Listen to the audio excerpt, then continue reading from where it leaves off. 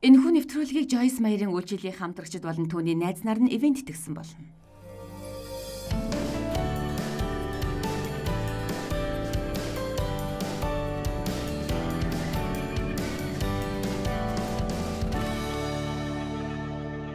Би нэг асуултаар хичээлээ эхлүүлье. Таны хувьд хамгийн цэнтэй юм юу?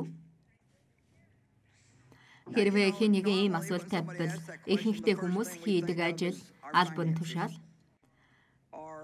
хийж, гүйцэтгэх зүйлүүд, санхүүгээ боддог. Бидний хийж байгаа зүйлс энэ дэлхий дээр л цэнтэй байдаг бол Бурханы хаанчлалын хувьд бол бидний цэн нь хийж байгаа зүйлдээ биш, түүн дотор би хинбэ гэдэгт л байдаг. Би дахиад хэлье. Бидний үнцэн юу хийж байгаадаа хэр чухал хүмүүсийг таньдаг. Эсвэл ямар албан тушаалтай, ямар боловсралтай гэдгээрээ хэмжигдэхгүй. Харин Бурханы хүүхэд болсонд л үнцэн байгаа юм. Таны үнцнийг би хэлж өгмөр байна. Энд байгаа хүнийг бүр Бурханы хүүхэд болсон нь үнцэнтэй. Бурхан дэлхийг үнэхээр хайрлсан тул цорын ганц хүүгээ илгээсэн.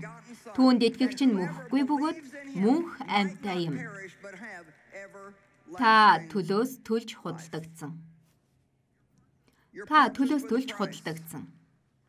1-р Коринт 6-гийн 20. Та нарыг үнтэйгээр худалдаж авсан тул биеэрээ Бурханыг алдаршуул. Таны бие таних биш юм. Та магадгүй минийх гэж бодож байгаа бол таних биш юм. Эзнийх юм. 1-р Коринт 6-гийн 20. Та нарыг үнтэйгээр төлөөсийн төлөөд үнэт эрдэнэ болгон өөртөө худалдаж авсан. Тэгж худалдаж авсан тул биеэрээ Бурханыг алдаршуул. Би одоо таны амьдралын талаар асуумаар байна. Та бид өөрийн амьдралаараа Бурханыг алдаршуулж байна уу?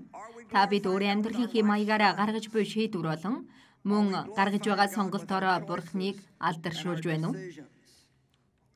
Мөн та бид өөрийн бодол болон үг хэл үзэж буй зугаа цэнгэлээрээ Бурханыг алдаршуулж байна уу? Би танд нэг зүйл хэлж өгөх үү?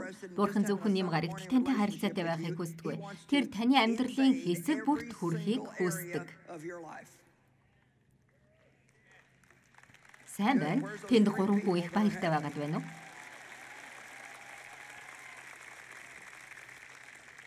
Бид сүнсээр дүүрэх тухай ярьдаг боловч энэ зүгээр л нэг хэвийн зүйл болчихсон.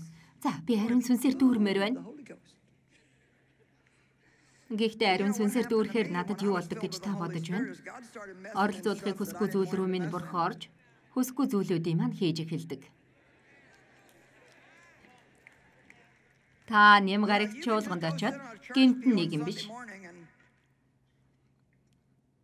Харин ариун нэгэн болчихсон суугаад л байж болохгүй. Энэ бол бидний төөрөлд ч гэсэн явж байдаг зүйлийн нэг бөгөөд харин нөгөөх нь аврагдсан боловч зовлонтой байдаг. Хэрвээ Есүс бидний төлөө амиа өгөөгүй бол бид зовлонтой, хов гомдлоор дүүрэн, үргэлж баяр хөөргүй, ууртай, амар тайван байхгүй, санаа зовлтоор дүүрэн байх байсан. Тэр амиа өгснөөр бид өөр амьдралтай болсон бөгөөд тэр биднийг дайснаас маань худалдаж авсан. Би юу гэж хэлсэн бэ гэхээр тэр биднийг дайснаас маань худалдаж авсан. Тэр төлөөс төлөөд биднийг худалдаж авсан. Та ямар нэг зүйлийг төлбөр төлж аваад одоо тэр зүйл таних болсон болохоор өөр хүн тэр зүйлд хүрэхэд та тэмч дуртай байхгүй. Яагад гэвэл таних болсон учраас та юу хүснээ хийж болно. Харин бид Есүс Христийн үнэт цусаар төлөөс төлөгдөж, худалдаж авагдсан юм. Бид одоо муу сүнснийх биш. Мөн энэний адил өнөөдрийн бидний сурах зүйл бол бидний бие бас биднийх биш юм. Танд хүсдэг зүйлүүд байгаа бол та хүссэн зүйлээ хийдэг байх. Би таныг тэгж болохгүй гэж хэлээг байна. Та өөрийн хүссэн ямар ч амьдралаараа амьдарч болно. Та магадгүй ямар нэгэн болохоор л тохиролцдог амьдралын хэм маягтай байж болно. Тэгээд мөнхийн улс руу эншгээл тохиролцоод орчихно гэж бодож байгаа бол та чадахгүй шүү гэж хэлмээр байна. Түүгээр зогсохгүй та бусд хүмүүст буруу үлгэр дуурайл болж байна. Тиймээс та өнөөдөр эргэлт хийж шийдвэр гаргах хэрэгтэй. Бид бүгдэд ямар нэгэн уналтын үе байдаг. Та нар тийм байдалд байсан л баг. Тэгээд бурхантай хамт алхах уу гэдэг чухал шийдвэр гаргах үед танд тохиолдож л байсан байлгүй. Гэхдээ зөвхөн энэ танхимд намайг сонсоод сууж байгаа хүмүүсийг хэлээг байна. Энэ нэвтрүүлгийг зурагтаар 80 өөр хэлээр дэлхий даяар үзэж байгаа. Олон хүмүүст бас хандаж хэлмээр байна. Таны бие одоо таних биш болсон. Таны төлөөсийг төлөөд худалдаж авсан. Тиймээс бурхан таныг амьдралаа тэрэнд өргөөсэй гэж хүсэж хүлээдэг. Бид бүх амьдралаа бурхан зориулж өгөх хэрэгтэй. Энэ юу гэсэн үг вэ гэвэл онцгой зорилго болон чухал зүйлийн төлөө таныг тусгаарлаж өөртөө авсан гэсэн үг юм. Таныг хүссэн хүсээгүй өнөөдөр бүгдээрээ илүү гүнзгий судалж үзэх болно. Жойс ихч минь би их шархалжлаа. Та намайг тайвшруулах хэрэгтэй болох нь дээ. Гэхдээ миний танд хэлмээр байгаа зүйл бол та тайван сайхан амьдрмаар байгаа бол бурхнаар бүх амьдралаа удирдуулах хэрэгтэй. За одоо таны дотор сөргөлдөө үүсгэл баг та. Гэхдээ танд би нэг зүйлийг хэлье. Таны бие махбод өмнө нь бүх зүйлийг тань захирч байсан болохоор иймэрхүү зүйл болж байгаа юм. Бидний бие махбод байгаа байдалтай зүгээр л зохицдог гэдгийг та мэдэх үү? Та өөрөө хийгээд л хэлвэл амьдрал үнэхээр ламттай болж эхэлдэг. Танд санаа зовох хэрэг байхгүй болж өөрийгөө бусад хүмүүстэй харьцуулах шаардлагагүй байх болно. Та хүмүүсийн сэтгэлийг хөдөлгөх шаардлагагүй. Таны хийж байгаа зүйлүүдийн үнц нь үнэлэмж байхаа болдог. Та зөв гэсэн зүйлийг хийдэг болж альваг төгс хийхгүй байсан ч сэтгэлээр унах хэрэггүй болно. Ягд гэвэл та энд байгаа бүх хүмүүсээс ч агуу гайхалтай нэгнийх юм. Тэгэхээр таны үнц нь юу вэ? Есүс Христийн цус юм. Таны үнц нь юу? Та энэ дэлхий дээрх зургийн ганц хүн байсан ч хамаагүй. Есүс бүх зовлон үхлийг өөртөө авсан. Бурхан танд ийм л хайртай. Энэ бол таны үнц юм. Хэрвээ хэнийг нь танаас ямар үнц энтэйг тань асуувал та баг зэрэг номлолыг тэр хүндээ хэлээд өгөхөд илүүдэхгүй. Гэхдээ хамгийн түрүүнд хэлэх зүйл таны төсөөлж байгаагаас ч хавьгүй илүү гэж хэлэх юм. Таны энэ үг чинь тэр хүнийг тань хөдөлгөх болно. Амен.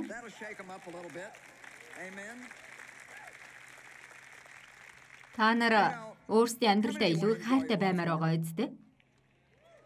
Тэгэхээр та хэрвээ амьдралдаа сэтгэл хангалуун баймаар байгаа бол эхлээд өөртөө сэтгэл хангалуун байхад суралцах хэрэгтэй. Энд нэг л хүн үгэнд их дуртай байх чинь. Та өөртөө сэтгэл хангалуун байхгүй бол амьдралдаа сэтгэл хангалуун байхад суралцаж чадахгүй. Бурхантай сэтгэл хангалуун байхгүй. Гэтэл бидний хамгийн чухал зүйл бол бурхантай хамт сэтгэл хангалуун байх хэрэгтэй. Бурханд үйлчлэн гэдэг нь хүнд хүчээр ажил. Хүнд хүчээр үүрэг биш юм. Танд л гэж хэлэхэд бурхантай хамт алхахаар шийдсэн л бол тэрний танаар юу хийлгэмээр байгаа зүйл нь хэцүү байсан ч бидэнд хийх боломж нь байдаг. Бурхантай тэмцэлдвэл ялагдах бөгөөд тэр таны амьдралыг өөрийнхөөрөө удирдах таны амьдрал зовлонтой байх болно. Би өнөөдөр загас барихын юм шиг санагдаад байна. Гэхдээ юу барих вэ гэдэгтээ 100% итгэлтэй биш байна. Өнөөдөр бурхан олон хүний амьдралд байгаа зүйлүүдтэй тэмцэж, мөн сэрэмжлүүлж зайлсхийх хэрэгтэй зүйлүүдийг хэлхийг хүсэж байгааг би мэдэрч байна. Магадгүй бурхан тантай асуудлын тань талаар ярмаар байдаг. Гэтэл та өөр хэн нэгэн лүү буруугаа чигэж байгаа юм биш үсттэй.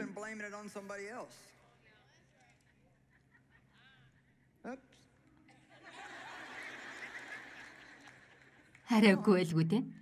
Таны амьдралыг хордуулж байгаа нэг зүйлээс тань хол ойлгох гээд бурхан хичээж байхад та зурлалцаар байгаа юм биш үсттэй.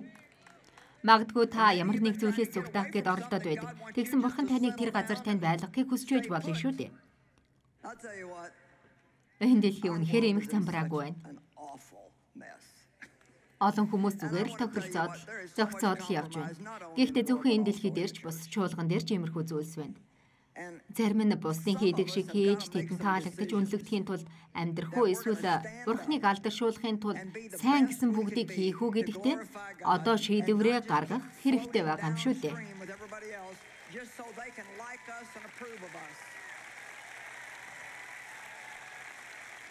Хэрэв би таны оронд байсан бол өөрийнхөө бүх найзуудыг алдах байсан ч гэсэн Бурханы төлөө бүгдийг хийх шийдвэрийг гаргах байсан.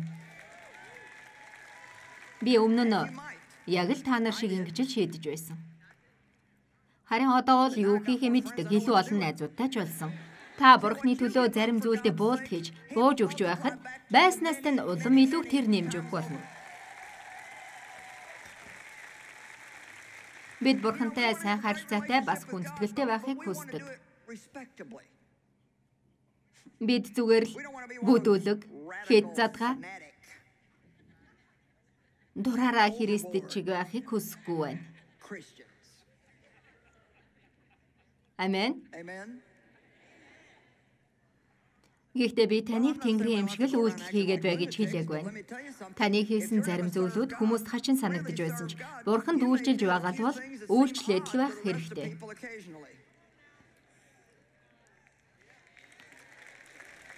Таны асуудлууд байсан ч баяртай байх л болно шүү дээ. Энэ үнэхээр хачин сонсогдож болох юм. Таны хүүхдийн талаар зарим нэг зүйлүүдийг та сонссон. Тэгээд тэд буруу зүг рүү яваад байгаа үед ч хүүхдүүдийнхээ төлөө санаа зовох хэрэггүй. Дайсандаа сайн ханд гэвэл ямар сонсогдож байна уу? Таны шархлуулсан хүний төлөө залбир. Энэ үнэхээр хачин зүйл байгаа. Энэ дэлхий дээр үлддэг зүйлсийг эсрэгээр нь хийх зүйлүүд байгаа. Гэхдээ энэ бүх хийснээр бүх зүйл бүтдгийг л би мэднэ. Би Бурханы аргаар энэ дэлхийн аргаар ч хийж үзсэн. Харин Бурханы хамаагүй дээр байдаг.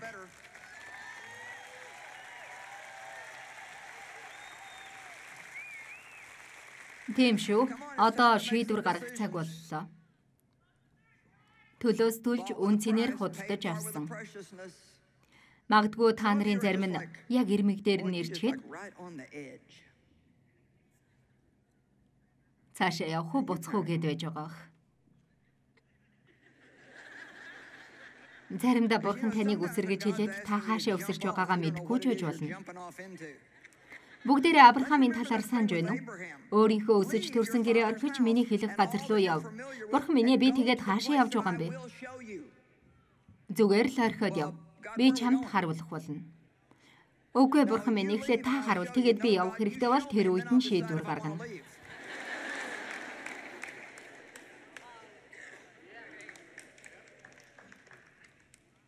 Би чуулган 5 жил ажилласан. Тэр үед Бурхан надад чи эндээс гараад өөр илүү том үйлчлэл хийх болно гэж дуудсан. Тэгээд тэр 2 жилийн турш надад хэлээд л байсан. Тэгээд сүүлдээ надад бүр төвчж байд суухад хэцүү болсон. Бурхан танд хэлсэн зүйлийг сонсохгүй бол ер нь иймэрхүү зүйл болдог.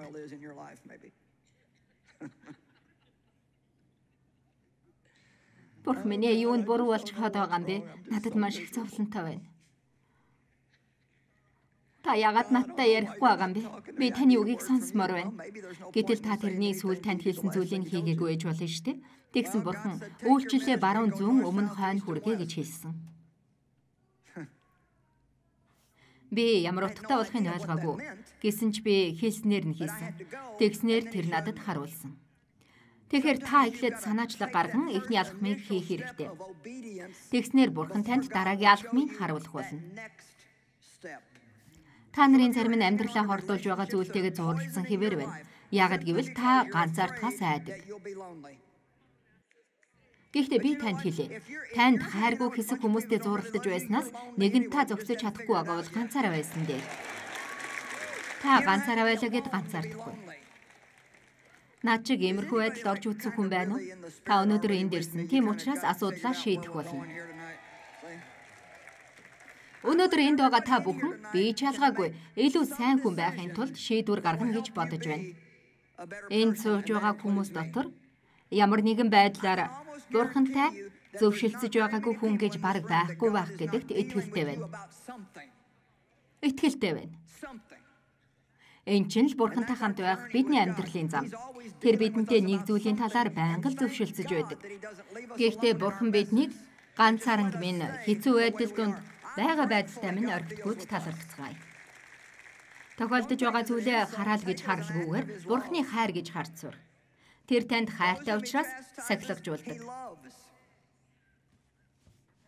Тэр төлөөс төлж таныг худалдаж авсан. Есүс биднийг аврахдаа биднээс хэдийг аварсан бэ? Бүгдийг үү? Миний хэлэх үг бол мэдээж бүгдийг. Аврал гэдэг нь нэг зүйлээс аврах, тусламж өгөх, ялалт болон хөгжил дэвшилт хүрэх, эрүүл мэнд тусламжаар хангах гэсэн утгатай. Цаашлаад хүргэх, хадгалах, аюул айдас доторх нөхцөл байдал ч юм уу нэг зүйлээс аварч өөр газарт хүргэх гэсэн утгатай.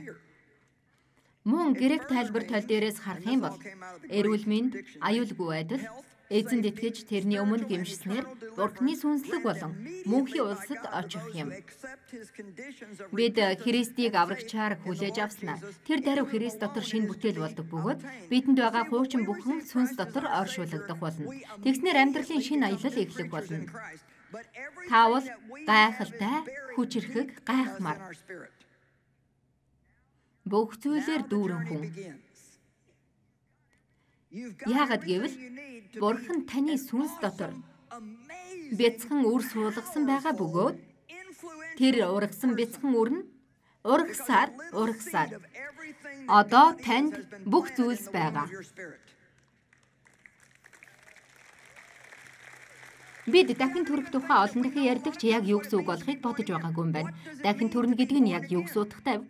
Энэ нь та Бурханы мөн чанарыг өөрийн сүнсэндээ авч байгаа. Одоо таны зан чанар шууд өөрчлөгдөхгүй ээж болох юм. Мэдээж тийхгүй. Хэд хоногоос дээрдэж эхэлнэ. Гэхдээ арагшаа ухарч явмаар үеч байх болно. Оюун бодол шууд өөрчлөгдөн гэж байхгүй. Эхлээд шинжлэгдэх хэрэгтэй. Бид суралцсаар л байх бөгөөд бидэнд хэрэгцээтэй бүхэн байгаа. Тийм ч учраас эдгээр зүйлс нь Христийг аврагчаар хүлээн авсан даруйд өгөгдөн гэж би авралыг тодорхойлсон энэ хэсэг дуртай байдаг.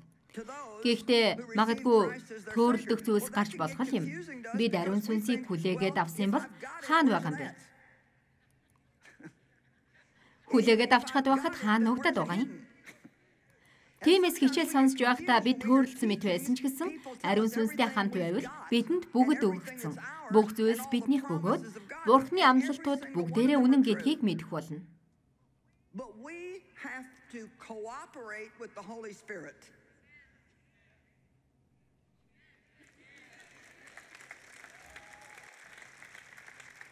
Тэр биднэр сайн зүйлсийг шууд хийлгүүлдэггүй. Харин бид ариун сүнстэй хамт байснаар Бурханы алдар руу алхамаар ойртож баг багаар сайжирснаар биднээс илүү сайн зүйлс гарч ирэхлэх бөгөөд амьдрал сайжирч тэгснээр олон хүн Бурханы биднэр хийлгэж байгаа зүйлсийг хараад гайхан шагшрах болно. Тэгэхээр таны ирсэн байгаа яг энэ цаг мөчид Бурхан танд нэг зүйлийг үзүүлэх болно.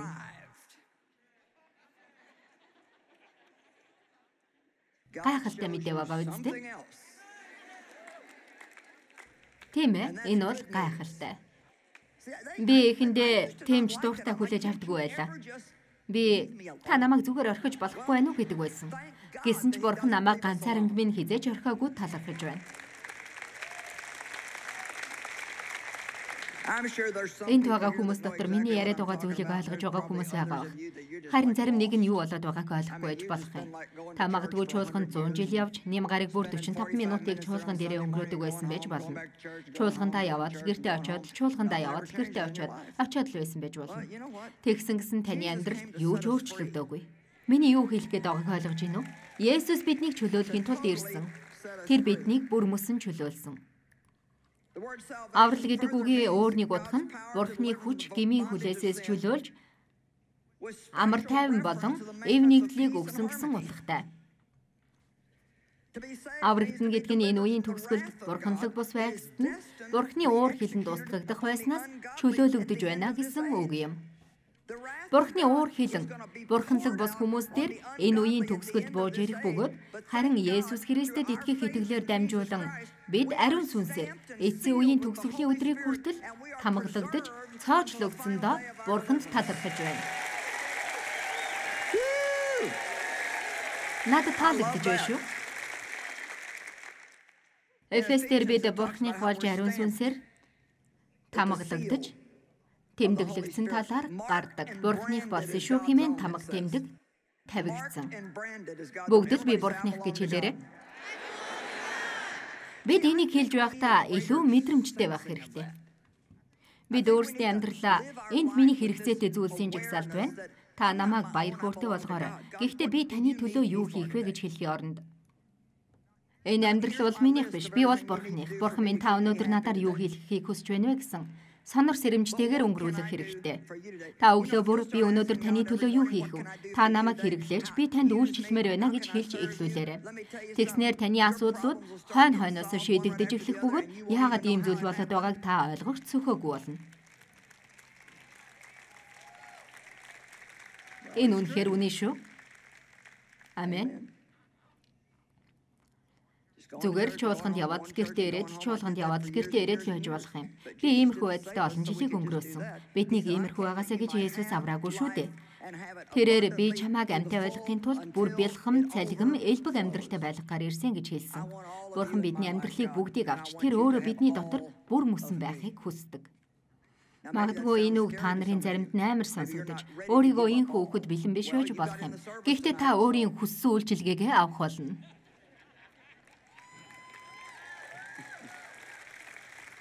Хэрвээ та одоо бэлэн биш бол бэлдсэн дээр Бурхан бэлэн болгохын тулд таны амьдралд нэг зүйлийг хийх болно.